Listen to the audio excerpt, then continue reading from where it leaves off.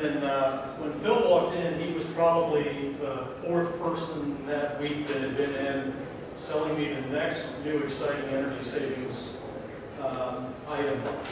And I started off being very, very skeptical. But as I listened to Phil, listened to his passion about the product, I was happy to at least give him the opportunity to have a second meeting, which is very rare for me.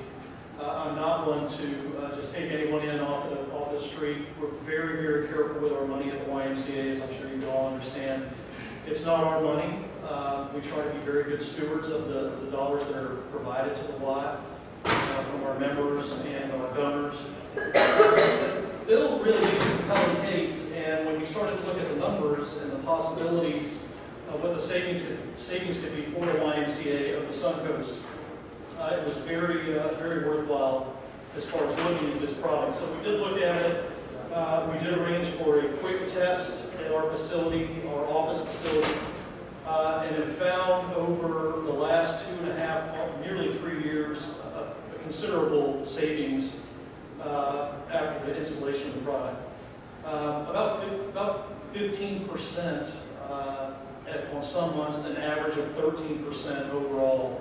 And when you look at those numbers, we managed to accomplish that with no impact whatsoever on the ability to cool any of our facility, no impact on comfort at all. So it's been a winner all the way around. Less than a 2-year payback on our initial investment, and zero downtime on units that are over 15 years old. So we're really feeling like we are not only saving dollars and providing still the comfort levels that we look for, but also are extending the life of our equipment through less operating time on the actual compressors within the units. After we went through that process, we installed on a larger YMCA an actual facility at our Ridgecrest branch, and that's been about 22 months ago. And so far we've seen about 9.5% savings off of our electrical costs for that facility. Again, with no impact on cooling or any comfort level issues. And comfort at the YMCA is a big deal. You can't have an aerobic studio that's not 70 degrees because everyone throws a fit. You can't have the active older adults in a space that's not 74 degrees because it's too cold to throw a fit. So our temperature settings are very, very critical in our facilities. We also have some unique air conditioning systems that are developed for the YMCA to help us control humidity and so forth in some of our spaces. And we have seen no impact on those units in addition to our normal everyday cooling units.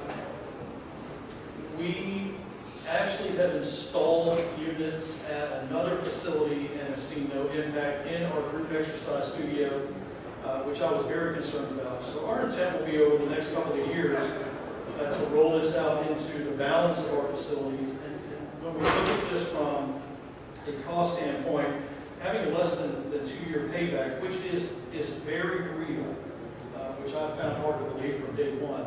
The proof is definitely in the pudding in this case. For the YMCA, that's $100,000 a year savings. That puts a tremendous number of children into camps and swimming lessons who otherwise can't participate in those programs. So this has really turned into a no-brainer from our perspective. And I know that all city managers are dealing with monies that are provided by other